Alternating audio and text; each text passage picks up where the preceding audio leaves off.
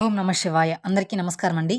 మీనరాశి వారికి రాబోయే 4 రోజుల్లో జరగబోయే తెలిస్తే నిజంగానే మీరు ఆశ్చర్యపోతారు. ఎందుకు అంటే మీకు రాబోయే 4 రోజుల్లో 3 శుభవార్తలు వినబోతున్నారు. అలాగే మీ కులదైవాన్ని మీరు మర్చిపోయారు. కానీ మీ ఇంట్లో మాత్రం ఈ దేవత తిరుగుతూ ఉంది. ఆ దేవత యొక్క కటాక్షం ఎప్పటినుంచో మీ మీద, అలాగే మీ ఇంటిల్లపాది మీద ఉంది. కానీ మీరు మాత్రం ఆ దేవతను గుర్తించలేదు. వెంటనే మీరు ఈ వీడియోని చూడండి. అప్పుడు మీకు ఆ దేవత ఎవరు, ఆ దేవత మీ నుంచి ఏమి కోరుకుంటుంది, అలాగే ఆ దేవత మీ ఇంట్లో ఎందుకు తిరుగుతుంది, అలాగే మీకు వచ్చే 3 అతిపెద్ద గుడ్ న్యూస్లు ఏమిటి అనే విషయాల గురించి ఇప్పుడు ఈ వీడియోలో మనం వివరంగా తెలుసుకుందాం. కాబట్టి వీడియోని ఎక్కడ స్కిప్ చేయకుండా చివరి వరకు చూస్తేనే మీకు పూర్తిగా అర్థమవుతుంది. అలాగే మొదటిసారి మీరు మా ఛానల్ చూస్తున్నట్లయితే మా ఛానల్ సబ్స్క్రైబ్ చేసుకొని నన్ను సపోర్ట్ చేయండి. మీనరాశి అనేది రాశి చక్రంలో 12వ రాశి. పూర్వభాద్ర నక్షత్రం 4వ పాదము, ఉత్తరాభాద్ర నక్షత్రం 1, 2, 3, 4 పాదాలు, రేవతి నక్షత్రం 1, 2, 3, 4 పాదాలు చెందిన వారు ఈ మీనరాశి పరిధిలోకి వస్తారు.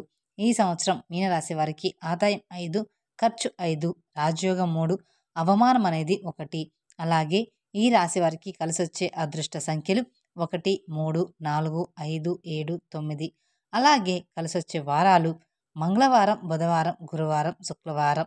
ఈ వారాలకు కానీ ఈ తేదీలకు కానీ వీరు కానీ ఏదైనా పని స్టార్ట్ చేశారంటే మాత్రం వీరికి అదృష్టం వరించబోతుందనే చెప్పుకోవాలి. అలాగే మీనరాశి వారికి స్టార్ నంబర్ అనేది 3 అన్నమాట. ముందుగా మనం మీనరాశి వారి అదృష్టం గురించి చెప్పుకోవాలి. అదృష్టం అంటే పూర్వభాద్ర నక్షత్రం జాతకులకి పుష్యరాగ ఉంగరము, ఉత్తరాభాద్ర నక్షత్రం వాళ్ళకి ఇంద్రనీలం ఉంగరము, రేవతి నక్షత్రం వాళ్ళకి పచ్చరాయి ఉంగరం ధరించడం వల్ల వీరికి అదృష్టం అనేది కలిసి వస్తుందని చెప్పుకోవచ్చు. ముందుగా మనం మీనరాశి వారి మనస్తత్వం గురించి తెలుసుకోవాల్సి ఉంటుంది. ఇక ఈ రాశి వారు మంచి ఆకర్షణీయమైనటువంటి రూపాన్ని కలిగి ఉంటారు. చూడ్డానికి అందంగా ఉండడమే కాదు, వీరిని చూడంగానే ఆకర్షణీయంగా ఉండేటువంటి రూపం అన్నమాట. ఇతరులు చూడంగానే వారి కష్టాలను వీరితో పంచుకుంటారనమాట. అలాగే ఈ రాశివారు మిత్రతత్వాన్ని కోరుకుంటూ ఉంటారు. ప్రతి విషయాన్ని చోకచాక్యంగా ఆలోచించి తెలివిగా నిర్ణయాలు తీసుకుంటూ ఉంటారు ఈ రాశివారు. ఇక ఈ రాశివారు చాలా ప్రశాంతంగా సౌమ్య స్వభావం కలిగిన వారన్నమాట. ఇక ఈ రాశి వ్యక్తులకు తమ శక్తి సామర్థ్యాలు బాగా తెలుసు. వీరు తాము చెయ్యాలనుకున్న ప్రతి విషయంలో కూడా నిశ్చయంతో ఉంటారన్నమాట.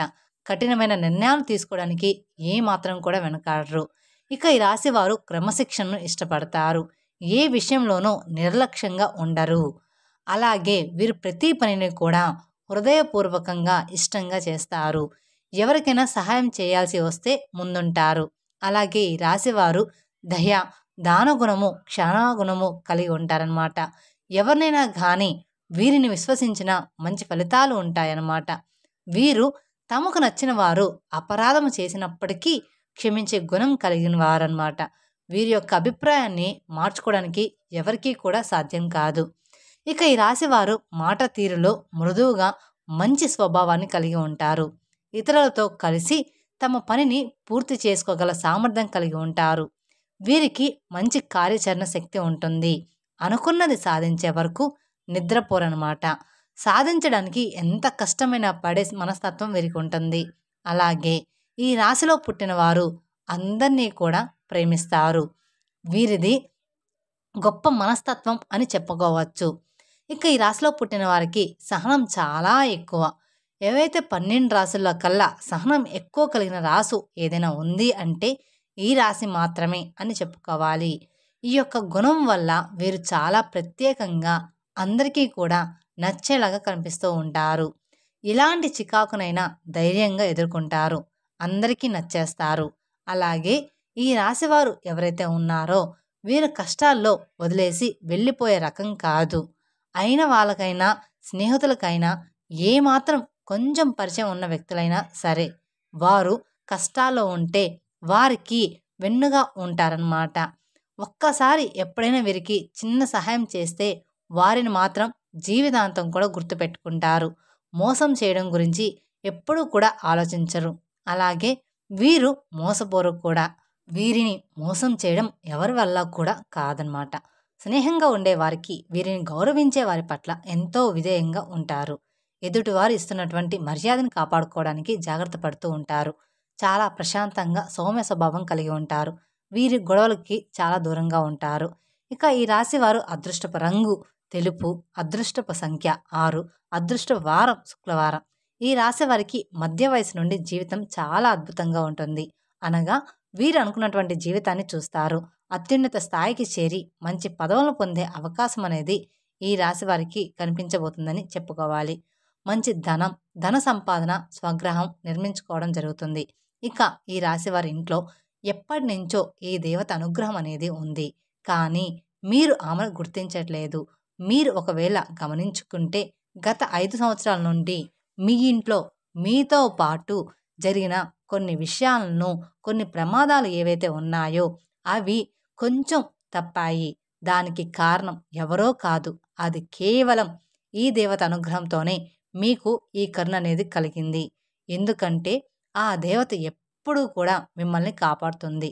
కాబట్టి మీరు చాలాసార్లు చూసి ఉంటారు కూడా. కొన్ని పనులు అస్సలు మిమ్మల్ని కంప్లీట్‌గా ఇబ్బందులకు గురి చేసే సమయంలో మీరు తప్పించుకుంటూ ఉంటారు. ప్రమాదాల నుంచి కూడా మీరు చిన్న చిన్న దెబ్బలతో బయటపడుతూ ఉంటారు. ఇవన్నీ ఏంటి అంటే ఆ దేవత మిమ్మల్ని ఎప్పుడూ కూడా, ఎల్లప్పుడూ కూడా సంరక్షిస్తుందని అర్థం అన్నమాట. అసలు ఆ దేవత మీ నుంచి ఏం కోరుకుంటుంది? అలాగే మీరు ఆ దేవతని ఏ విధంగా గుర్తించగలరు?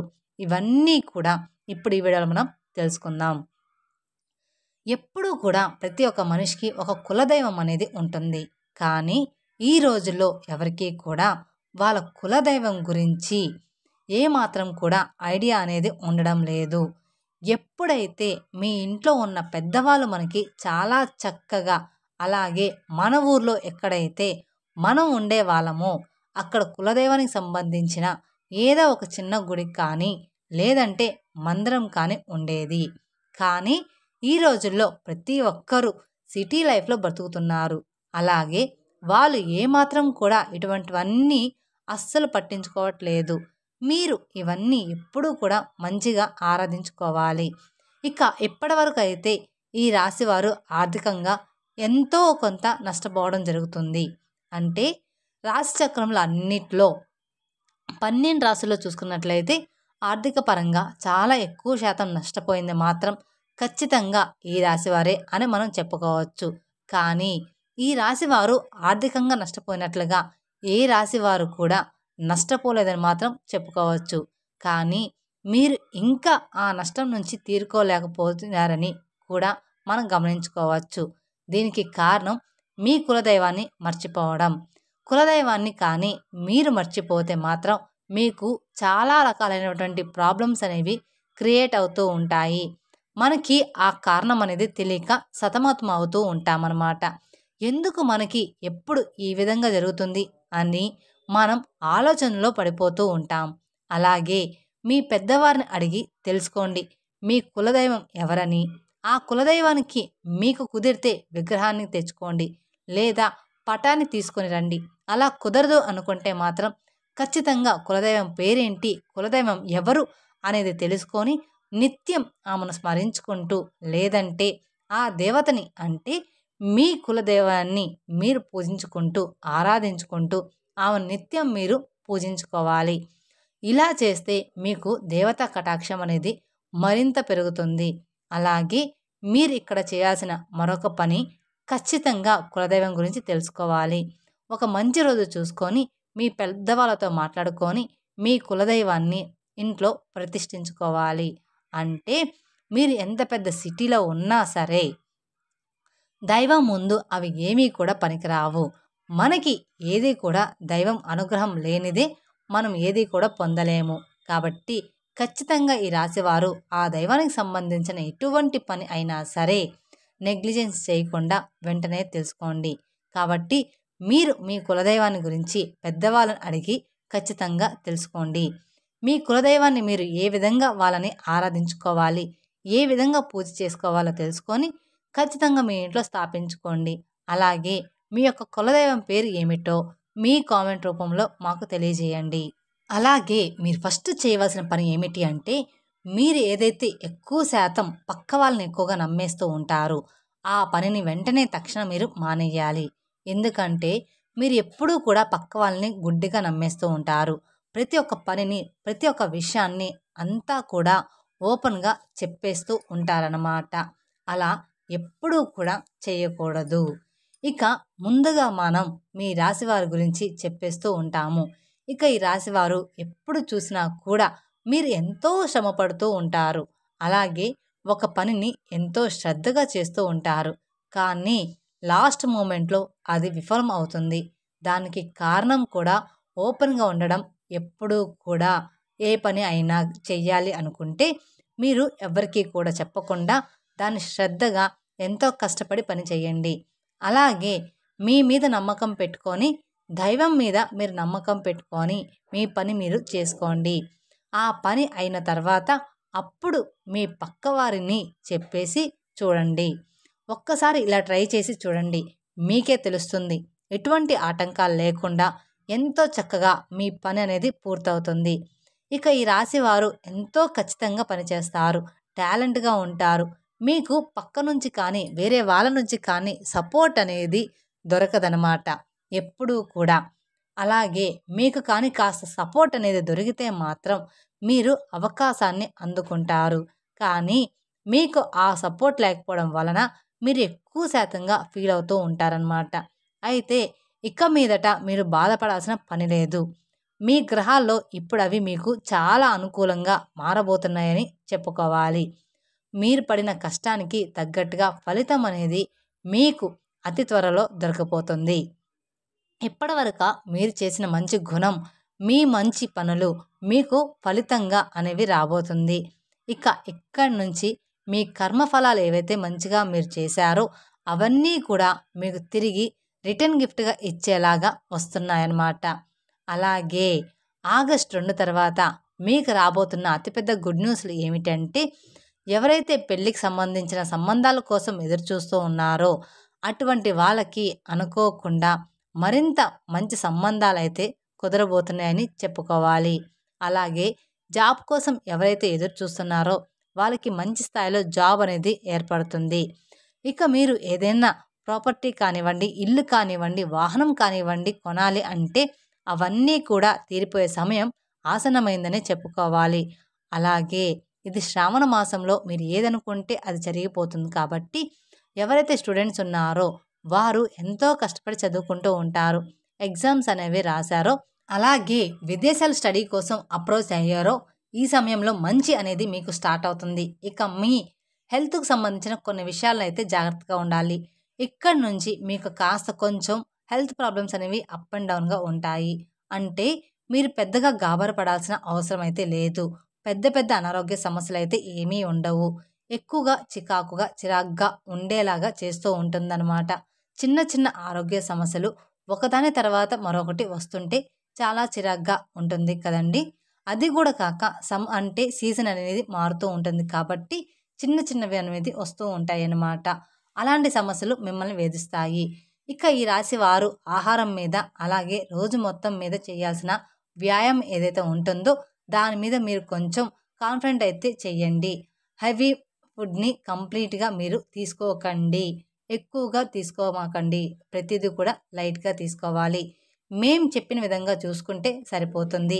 మీ హెల్త్ కూడా చాలా మంచిగా, ఆరోగ్యంగా ఉంటుంది. ఇక ఈ రాశివారు ఇక నుంచి మీరు దేనికి కూడా భయపడవద్దు. ఎందుకు అంటే ఇక్కడి నుంచి మీకు ప్రతి ఒక్కటి చాలా మంచి జరగబోతుంది. మీరు చేయవలసింది కేవలం ఒకే ఒక్క పని. మీ కులదైవాన్ని ప్రసన్నం చేసుకుంటే సరిపోతుంది. మీ కులదైవానికి ధూపం, దీపం, నైవేద్యం ఇలా నిత్యం ప్రతి ఒక్కటి పెట్టుకొని ఆ దేవతని ఆనందపరచండి. తద్వారా మీ లైఫ్ ఇట్టే మారిపోతుంది. అలాగే మీకు వీలైనంతలో పేదవారికి దాన ధర్మాలు చెయ్యండి. అన్నదానం, వస్త్రదానం లేదా ధన రూపేణ అనాథలకు, వృద్ధులకు మీకు చేతనంత సహాయం చేయండి. తద్వారా మీరు ఇంకా ఎక్కువ పుణ్య ఫలితాలనేది పొందుతారు. మీ గ్రహాలనేవి కూడా మారిపోతాయి. అలాగే ఈ రాశివారు ఎప్పుడూ కూడా గోమాతను ఆరాధించండి. ఎందుకు అంటే గోమాత అంటే సకల దేవత స్వరూపం అని అర్థం అన్నమాట. అందుకని గోమాతను ఆరాధించడం వల్ల మీ జీవితంలో ఎన్నో శుభ ఫలితాలనైతే మీరు పొందుతారు. ఎందుకంటే సకల దేవతల యొక్క ఆశీర్వాదాలు మీకు తోడుగా ఉంటాయి. ఈ రాశివారు నిత్యం ఇంట్లో దీపారాధన చేసుకోవాలి. ఇలా ధూపం వెలిగించి దేవుణ్ణి ప్రార్థించడం వల్ల మనకి ప్రతిదీ కూడా మీ కోరికలు త్వరగా నెరవేరిపోతాయి. ఇక ఈ రాశివారు మనసులోని భావాలను భగవంతుడికి త్వరగా చేరుతాయి. ఈ దీపం మనసుకి శాంతిని ఇస్తుంది. మెరిసే కాంతి దుష్టి శక్తులను దూరం చేస్తుంది. అలాగే తులసి కోట ముందు కూడా దీపం వెలిగిస్తే మీకు సకల శుభాలు కలుగుతాయని జ్యోతిష నిపుణులు చెప్తున్నారు. ఇక ఈ రాశికి చెందిన వ్యక్తులు మంగళవారం నాడు దుర్గాదేవి కుంకుమ పూజ చేసి మినుములను దానం ఇవ్వాలి. అలాగే గురువారం నాడు శివాలయంలో అభిషేకం చేసిన తర్వాత శనగలను దానం ఇవ్వాలి. ఇలా చేయడం వలన మీకు మంచి శుభ ఫలితాలు అనేది కలుగుతాయి. ఇక ఈ రాశివారు మరింత శుభ ఫలితాలను పొందాలనుకుంటే శుక్రవారం రోజు లక్ష్మీదేవిని పూజించడం, కనకదార స్తోత్రం, శ్రీ సూక్తం పాటించడం, అలాగే ప్రతినిత్యం దీపారాధన చేయడం అలవాటు చేసుకోవాలి. ప్రతినిత్యం దీపారాధన వలన శక్తి స్వరూపమైన అమ్మవారు అనుగ్రహించి ఇతి బాధలు తొలగిస్తుంది. అలాగే శ్రీకృష్ణుని పూజించడం, ఆరాధించడం, శ్రీకృష్ణుని ఆలయ దర్శనం వల్ల మీరు మరింత శుభ ఫలితాలు అనేది పొందుతారన్నమాట. ఈ రాశివారు తెలుసుకున్నారు కదండి, ఏ దేవత మిమ్మల్ని మర్చిపోతుందో, ఏ దేవతను మీరు మర్చిపోయారో అనేది. ఈ వీడియో కనుక మీకు నచ్చినట్లయితే మరికొందరికి షేర్ చేయండి. అలాగే మొదటిసారి మీరు మా ఛానల్ చూస్తున్నట్లయితే మా ఛానల్ సబ్స్క్రైబ్ చేసుకొని నన్ను సపోర్ట్ చేయండి.